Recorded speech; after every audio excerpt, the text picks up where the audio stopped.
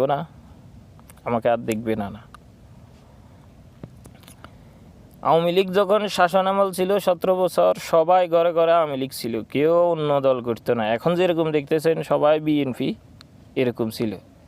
হয় আওয়ামী লীগ করতো, না হয় আওয়ামী লীগের ছায়াতলে ছিল, না হয় আওয়ামী লীগের সাথে খাতিল করে চলছে।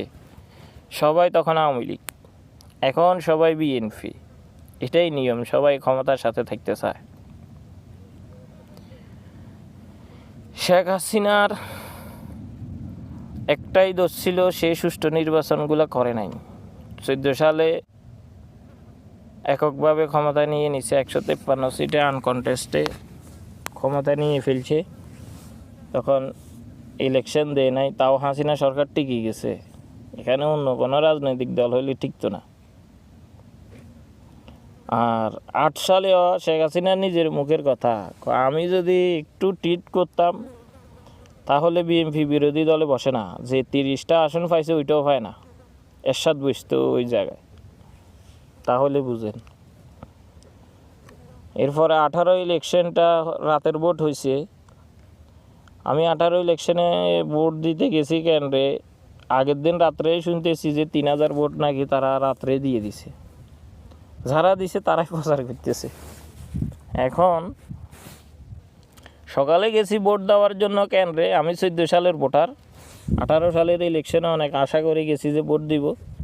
কেন্দ্রে গিয়ে দেখি সবাই বলতেছে ভোট দেওয়ার দরকার নাই, ভোট হয়ে গেছে, ভোট কী জন্য দিবি, তোর এক ভোটে কী হইব, বিএনপি কি ক্ষমতা আসবে কি না। তখন যেহেতু জামাত জোটে ছিল, আমি ধানের শীষে ভোট দিতে চাইছিলাম, কিন্তু ধানের শীষে ভোট দিতে দেয় নাই। বলছি ধানের শীষে না হোক, অন্তত আমি হাত ফাঁকাই দিই, যেহেতু আমি নতুন ভোটার, আমার খুব আশা একটা ভোট দিই। কিন্তু যারা দায়িত্বে ছিল তারা দেয় নাই ভোটটা দিতে।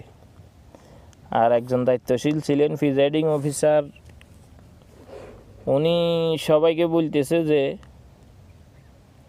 প্রতিযোগিতামূলক ভোট দাও, একজনে 10টা 12টা করে ভোট দাও, বন্ধুবান্ধবকে বলতে পারবে যে আমরা 10টা 12টা ভোট দিছি। সে কিন্তু কেন্দ্রের দায়িত্বে। তখন আমি ফিরে আসছি, আর ভোট দিতে পারি নাই। পরে উপজেলা ইলেকশন ছিল, সর্বপ্রথম আমি স্মার্ট কার্ড দিয়ে উপজেলা ভোট দিছি আনারস মার্কায়। কারণ বিএনপি নাই, জামাত নাই, তারা উপজেলা ইলেকশন করে নাই।